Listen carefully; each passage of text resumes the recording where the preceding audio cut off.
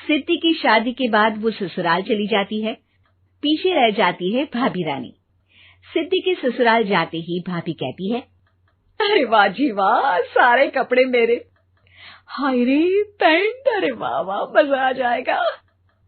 अरे ये सिद्धि की अलमारी के सामने खड़े होकर क्या बड़बड़ा रही है? जाकर देख मेहमानों को विदाई की मिठाई मिली कि नहीं। अब हाँ माँ जी, क्यों नहीं, लेकिन पहले कपड़े तो बदल लूं। अब रानी आ जाती है सिद्धि के उन कपड़ों में जो वो ससुराल जाने से पहले घर छोड़ जाती है। अरे रानी, कुछ दिन रुक जाती।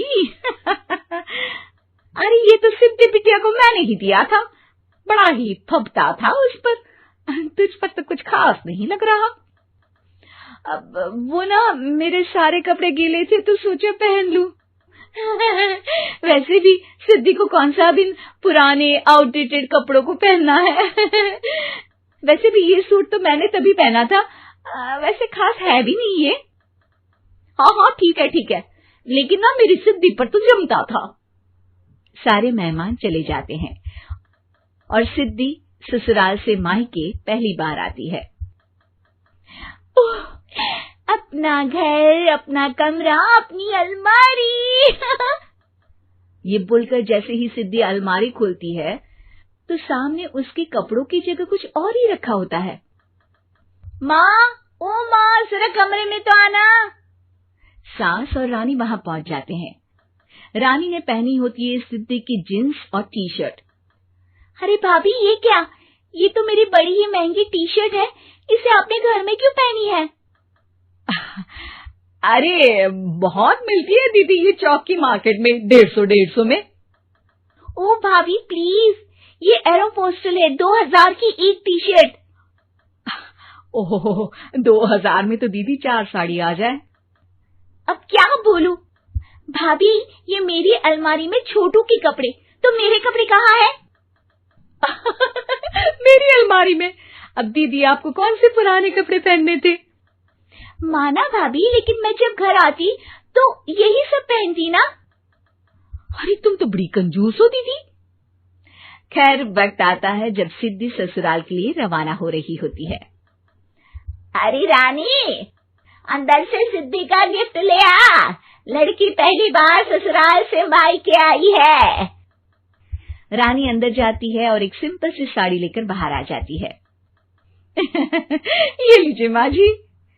सास बेटी को गिफ्ट देकर ससुराल भेजती है। अगले दिन रानी एक सुंदर सी साड़ी पहनकर सामने आती है। अरे रानी, ये तो वो साड़ी है जो मैंने सिद्धि को देने के लिए दी थी जब वो ससुराल ले जाती, लेकिन ये तूने कैसे पहन ली? अरे माँ जी, ये साड़ी तो मुझे बहुत पहले से ही पसंद थी, लेकिन चिंता ना करिए, मैंने सिद्धि के लिए भी अच्छी सी साड़ी दी है। हाँ। तभी सिद्धि का फोन आता है। क्या माँ, कुछ अच्छा तो दिया होता ससुराल ले जाने के लिए। अरे पहले दिखा दिया होता। ये चमकते हुए पैकेट में नौकरानी वाली साड़ी मत दिया करो माँ। अरे बेटे, वो तेरी भाभी ने ना गलती से उससे पैकेट बदल गया। हाँ, मैं कल ही तेरे भाई के हाथ से तेरा वाला पैकेट भेज दूंगी।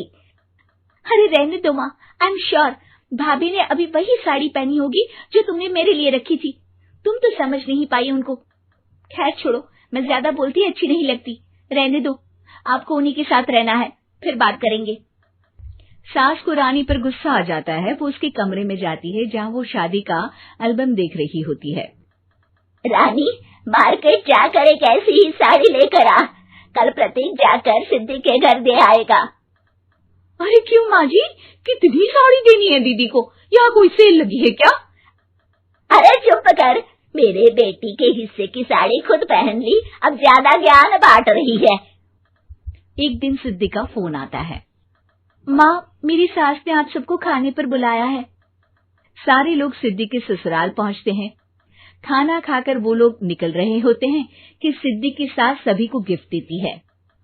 अरे बहन जी, बेटी के घर का खाना खा लिया, यही बहुत है जो आप ऊपर से गिफ्ट भी दे रही है।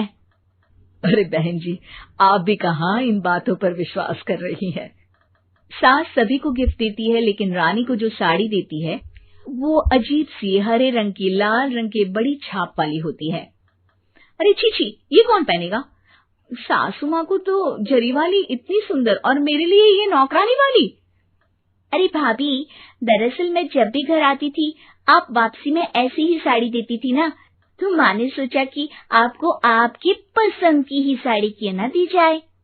बेचारी रानी, बोलती भी तो क्या। सिद्धि और सास रानी का चेहरा देखकर हंसने लगती है।